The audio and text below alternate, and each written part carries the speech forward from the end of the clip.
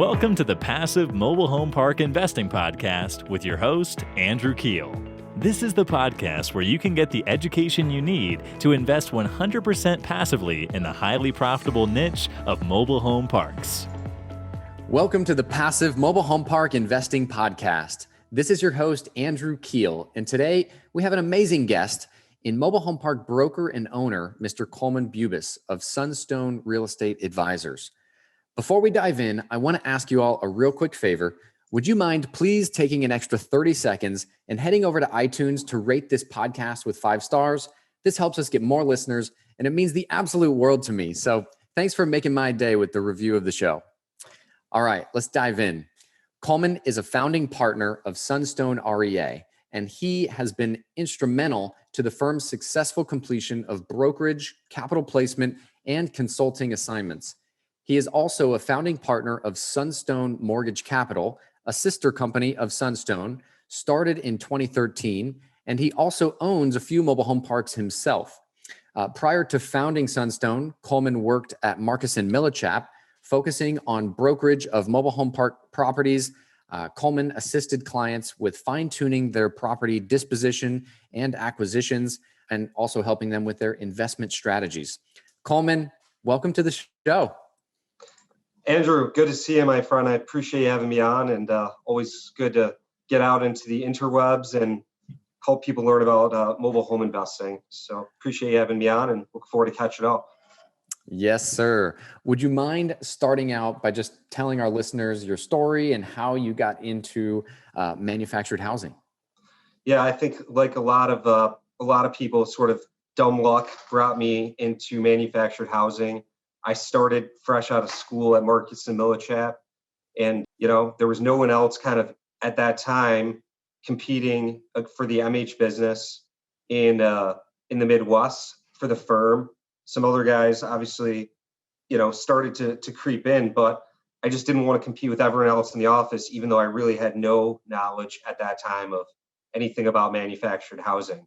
So dumb luck there, and just kind of hit the phones and cold called and started to try to develop business for the team, which was a very difficult sort of proposition at 21, 22 years old, trying to call guys who own mobile home parks and convince them that they should let me sell them for them.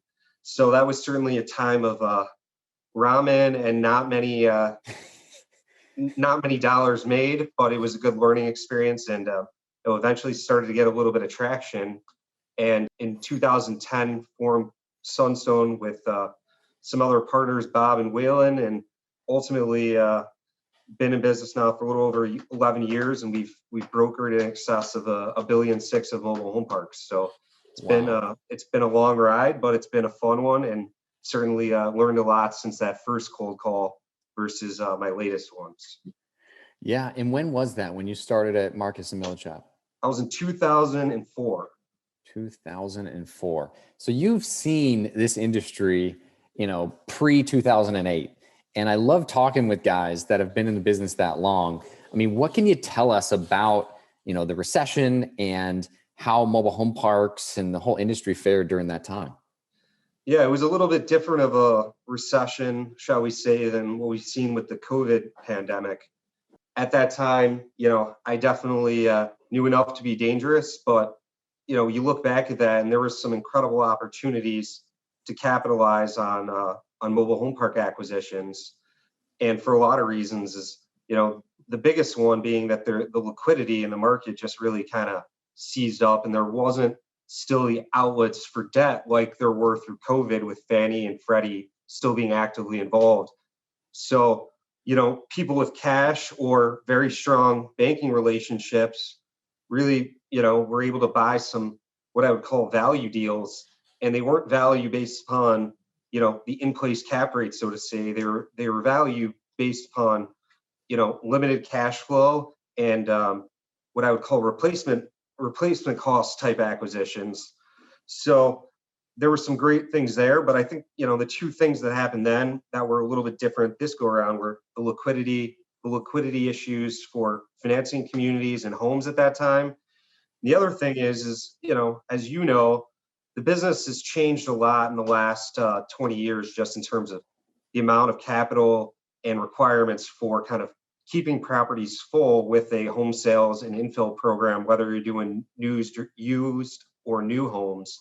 That was really, I think, one of the other issues is like liquidity wasn't there, values were down significantly, people were losing properties to the banks, but also operations were probably, a bit looser at that point where you didn't have to be as actively involved in home sales. And a lot of operators were, to that regard, undercapitalized on the home sale problem. Because at that point, a lot of people did lose their jobs and lose their homes. This go around, obviously, the unprecedented fiscal stimulus and liquidity that remained through some of the agency lenders has changed kind of the go around. But those are some just initial thoughts on the differences. And I think people that bought assets in those 09, 010, 11 years have done incredibly well if they could fill them. Yeah, no, that's a really good point. Yeah, I mean, geez, what I would have given to been in the business at that time with a boatload of cash. It would have. It was a rare opportunity, and there were some people that took very good advantage of that, and good for them. And it was an interesting time to be a broker because we certainly went from one set of clients, which was more private type clients, and the business plan kind of altered to lenders at that point because no one else really was looking to transact assets at that time. Yeah. Wow. And Kolman, I know you guys own and operate some parks yourself. When did you guys, come into being owner operators as well? Yeah, I mean, it's funny. I certainly grew up dreaming of owning real estate, and I never really dreamed it would be manufactured housing. And ultimately, I think buying a few properties was something that I wanted to do for myself, just having dreams to own real estate. And I really do like the business in terms of like trying to better communities and fix properties up, and feel like you took something that wasn't great and you made it better by the sort of dollar infusion and investment there. So I bought my first property in 2014, and it was kind of a random luck. Someone just forwarded me an email. A local broker out in Nevada was selling it, and lucky enough to purchase that property, and certainly made every mistake in the book as far as managing an asset, from manager theft to just learning the construction trades and sort of underneath and operational efficiencies, because operating is it's a very tough business, and there's a lot to learn and a lot of wrong ways to do things, and you got to kind of just roll your sleeves up and get involved in it. But it's certainly I would say harder than it looks. Yeah, I definitely agree with that comment. Maybe this would complement that. What do you think is the toughest hurdle in the business?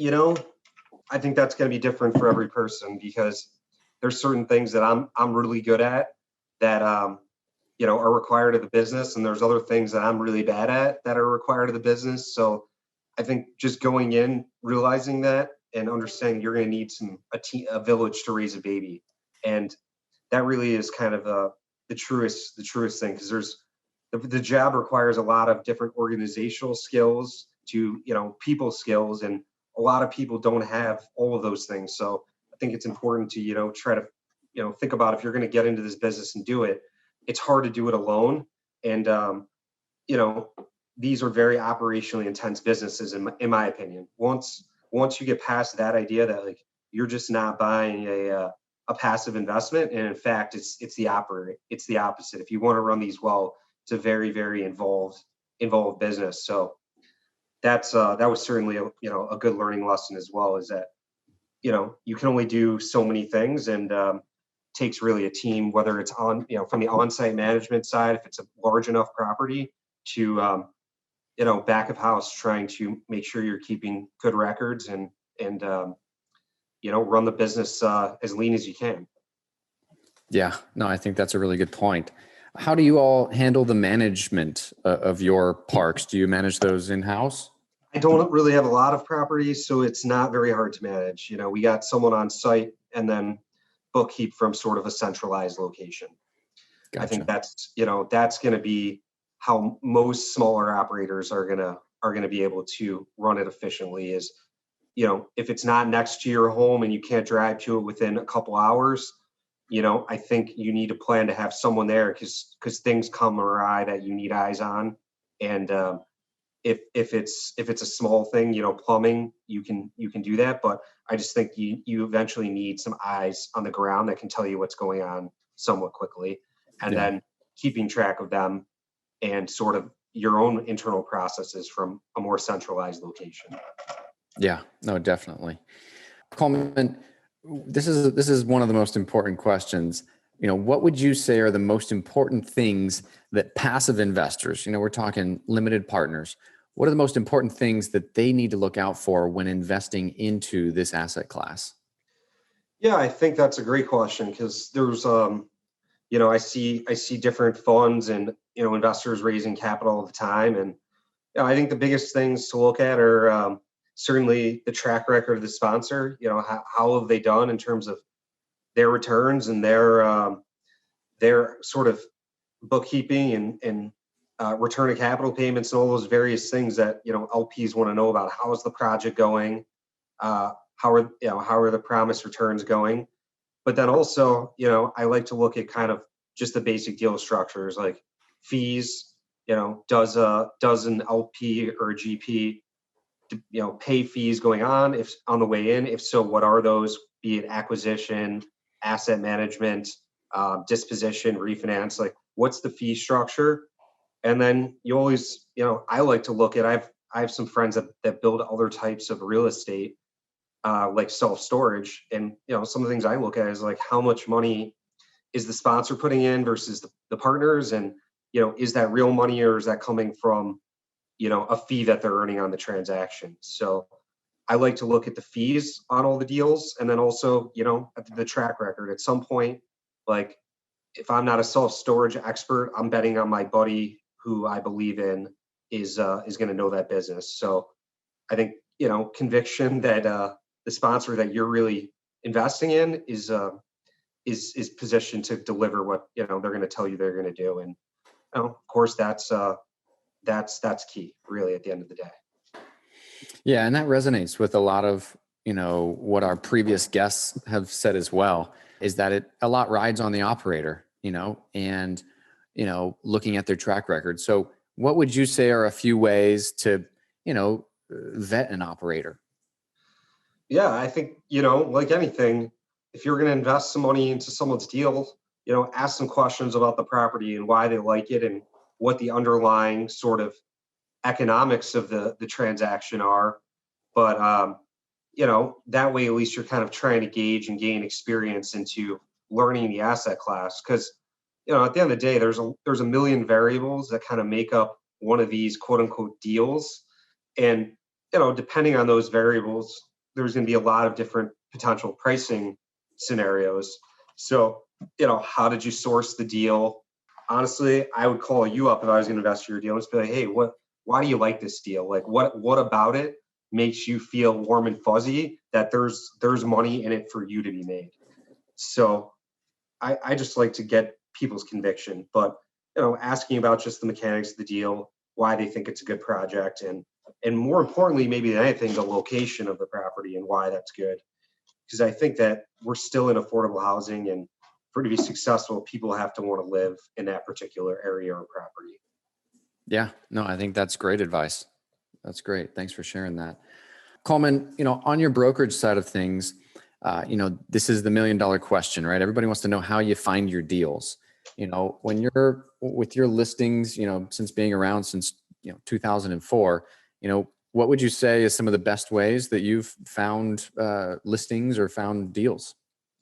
Yeah, I think the best way, people especially in the days of Zoom and the internet, people want to think that they can kind of go in, and sometimes there is frankly a lot of just luck to being the person that calls at the right time. But my strategy was always kind of, let me start to farm out a market and look at a geographic area to make it defined. So it's not like I'm looking at a park in every part of the world at any given time. And I kind of went that way and picked some geographies or some zip codes and I really started to study it and do my homework and build out a database of properties in that particular area, figure out who the owners were, who the players were, who was kind of the regional guy, the one-off guy, and the bigger guy who was in that area. So then you start to figure out like who's actually here, who's going to be a good candidate for selling, and start to work your way up the chain. Honestly, just sort of touching base with those owners and understanding where they are at in their investment cycle with that asset, and just kind of keeping notes and trying to figure out a methodical way to follow up to be in the right place in the right time. And I think the truth of the matter is that, it's harder to accept than ever with the kind of speed at which life goes today, is that like, this is a very slow moving business. A gentleman who I know in the business, who I have a lot of respect for, he told me this business is a turtle business. It moves very, very slowly, but it usually walks uphill. So it was good advice in that, someone that owns a property, there's a lot of reasons why they don't want to sell it. And, you have to understand kind of, there's three things to do in real estate. It's not that hard: buy, sell, operate, or refinance. So it's really four. And it's really a slow game that you got to invest a lot of time into, much like fishing. I love that. I love that analogy too. Let's peel that back a little bit. So you think that with operators, so first off, the way that you guys are sourcing deals is exactly the same way we do, build a database, do some research. So I love that part. And then building the relationships with the owners. I think that's extremely valuable. So I think a lot of people think they can trick the system with, setting up a pay-per-click campaign or something. And, automatically they're going to start getting leads on, through Google. And it's just a different clientele you're dealing with. They're not all online, a lot of the older mom and pops. So that's very good advice there. And then in regards to your analogy of fishing there, do you fish at all? This is just kind of off topic. I do. I don't get to fish as much as I used to, but still enjoy it. Try to get out at least several times a year. But it's not called catching; it's called fishing. Real estate in that regard, whether you're a buyer or a broker, it's really the baseball analogy as well. Like, you're going to get up to the plate and you're going to strike out. You're going to fail on certain scenarios, but at the end of the day, if you can bat 300, you get into the Hall of Fame. So yeah, you got to continue getting up to the plate and taking a cut at it. And we always talk about amongst our team, there's a lot of other good brokers in this industry. It's like, if we at least got up to the plate, it's better to strike out swinging than to be watching from the pine. So keep getting up, and at some point you'll win some business. So that's, people give up very easily these days, and it was definitely the hardest kind of part of the first 3 to 5 years in the business, was just taking the stomach punches and continuing to try to fare. But if you're sensitive to being told no, it may not be the best business for you. And we're all sensitive to telling no at some level, but you gotta keep powering forward and continuing. But I like your networking and relationship building, and that's from all around, from every side of the industry, is from home manufacturers to brokers to property owners to vendors.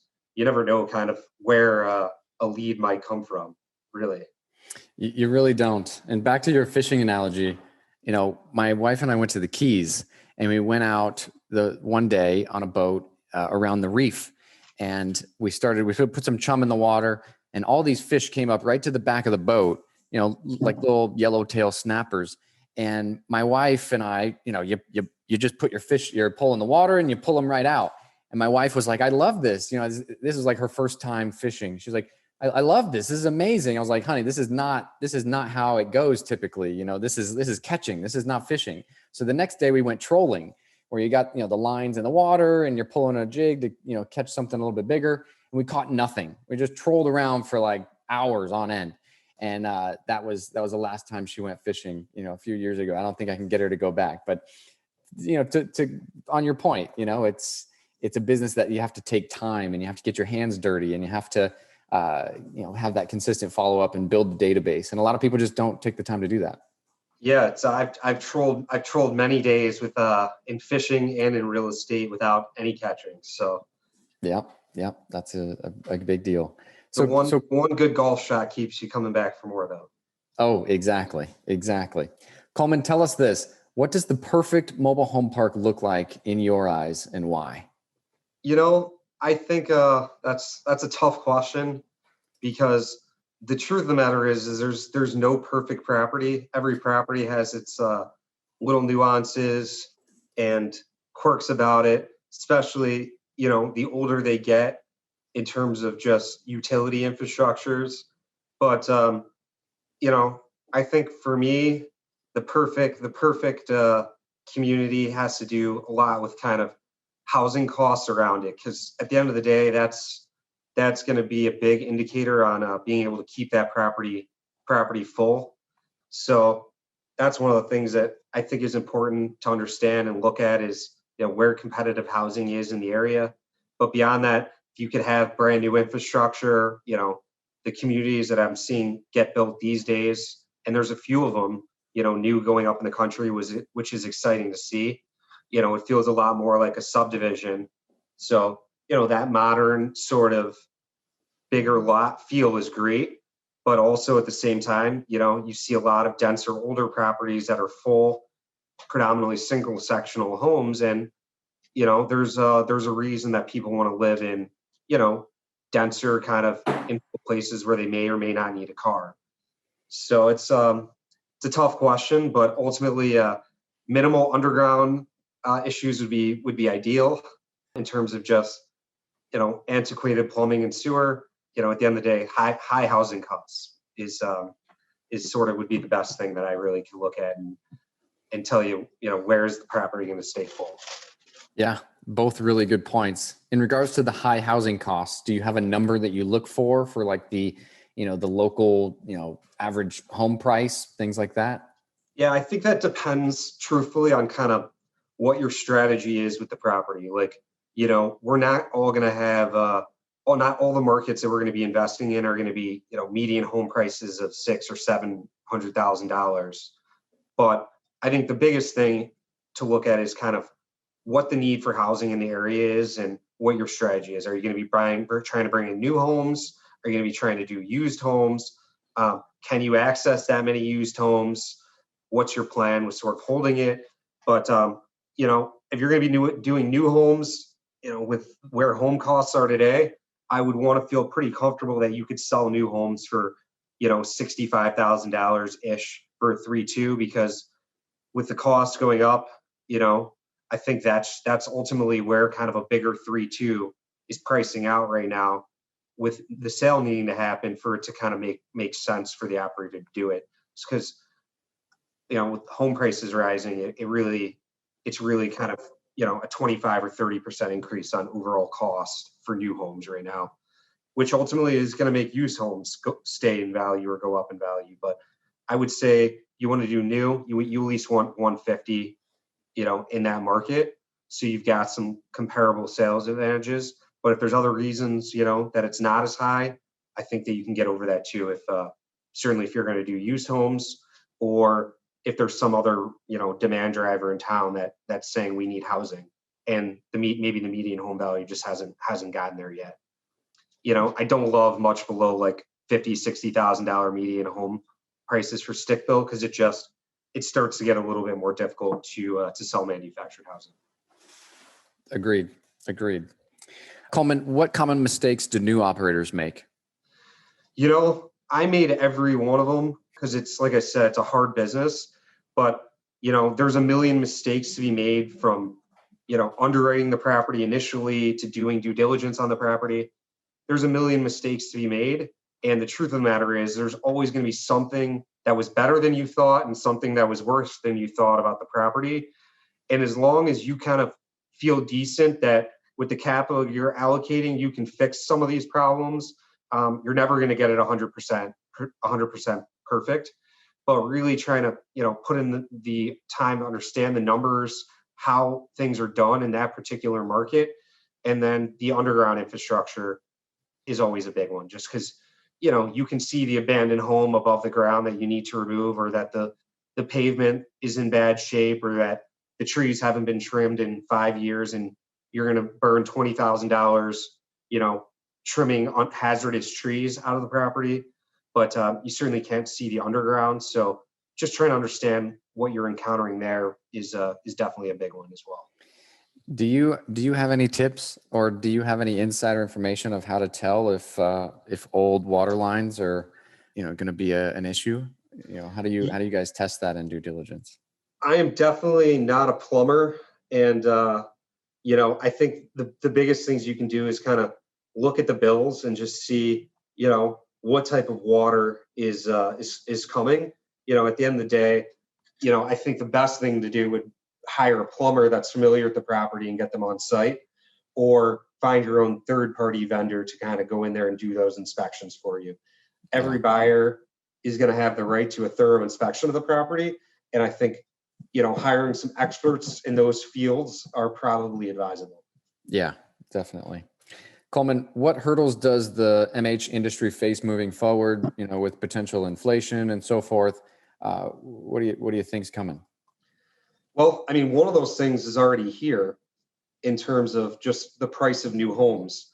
In a lot of parts of the country, you can't find a large stock of used homes because the housing costs are so high.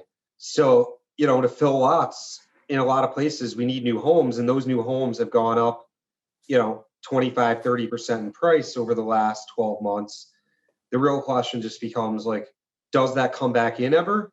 Or is it really the new normal? So it'll be interesting to see as, backlogs get worked through and material shortages sort of slow down, where does new home price settle? Or has it settled and it's only going up from here? I wish I had that sort of crystal ball. So that's already sort of real in terms of looking at where does it go. So if you've got a really big fill project, or a community with a lot of old homes that your plan is to replace or fill with new, you just got a pretty big increase in cost, especially when you factor in the other side of that, which is like the backlog of actually getting homes. So potentially more carry costs over that period of time. So those are definitely ones that are already here. Ultimately, operations, I think, is a big thing. New people coming in that don't necessarily know how to operate. Have they funded any reserves for home programs if they have to, have residents move out and they need to turn those homes? So just feeling like you have some proper operational cushion to, withstand home turnovers or anything like that. But in terms of like pricing, it's certainly aggressive, and outside of a major move in interest rates, like I just don't see how that's going to change. I read an article this morning on the Wall Street Journal, or one of the onlines, that they're already seeing rents for single family homes across the country grow between 5 to 10% in certain markets, and with that, all these different housing costs, I think, will come, if it's not already happening in a lot of places, rent growth. So, I think a lot of smaller operators paused kind of rent increases or slowed them during the onset of the pandemic. And now with their costs being higher, I think that ultimately, that will cause some rent growth. And we're already seeing in other segments of the real estate market besides manufactured housing. So I only imagine that trickle down is going to happen in our space as well. Yeah, no, very good points there. Tell us a little bit about Sunstone. What makes you guys different? What's your value proposition? Would love to hear about that. Yeah, no, I appreciate that. So Sunstone, really what I think our reputation in the industry has been is that we like to pride ourselves to be the best disposition strategy brokers in the industry. And that's from talking about the asset and trying to figure out what's the best way to maximizing value, to ultimately trying to execute on the sale and deliver value. With that, obviously, we've got to make transactions work with buyers. We try to do our homework on the front end to understand the asset better than just throwing it out there and hoping no surprises come up later. Because at the end of the day, we got to figure out a mutually beneficial and or smooth transaction between buyer and seller. And I do think that there's some value sometimes in kind of keeping those parties away from each other and managing emotions, and also just the process of ultimately going out to bid and figuring out what's the best strategy for this asset. And that's the other, unique part, is every asset's different, whether it's the quality of the market, the quality of the infrastructure, the quality of the location. There's all of those different factors that we've got to kind of figure out and manage to think about who's the best buyer for this property that can execute and ultimately, get our number for the seller, and the buyer at the same time has to feel that that they're making a buy that's going to be work out for them in the end as well. So that's the fun part of managing that sort of two opposite parties going in different directions. Yeah, and after working on the transactions of 8 mobile home parks with you thus far, it's been great working with you. You bring a lot of knowledge to each transaction. So thank you for that. Appreciate it, and likewise. And I think that's one thing you guys have done a good job of, and it's a good recommendation, is trying to be a good counterparty and work together to figure out a mutual, a solution that's going to be mutually agreeable is definitely more of an art than a science. And just trying to be open to understanding what the problem is on a fact basis, and then working together to figure out what's a solution that's going to work for every party is important to come into the transaction. And I do think there's deal makers and deal breakers, and so far you guys have a good performance of closing with us, so we appreciate the relationship and sort of working together to figure out some solutions that work. So congrats on those successes for you guys as well. Thank you. Yeah, here's to many more as well. Likewise. Kolman, how can listeners get a hold of you if they would like to do so? Yeah, reach out over email. It's Kolman, Kolman, at sunstonerea.com. If you could put your phone number in there, we can set up a time to chat, or welcome to buzz the office, 312-568-4818. Awesome. Well, thank you so much for coming on the show, Kolman. It has been a pleasure. That is it for today, folks. Thank you all so much for tuning in. Andrew, appreciate it. Thanks for having me on. Hey, are you getting value out of this show? If so, would you mind please going over to iTunes and leaving the show a quick 5-star review? I have a goal of hitting over 100 5-star reviews by the end of 2021, and it would mean the absolute world to me if you could help contribute to that. Thanks ahead of time for making my day with your 5-star review of the show.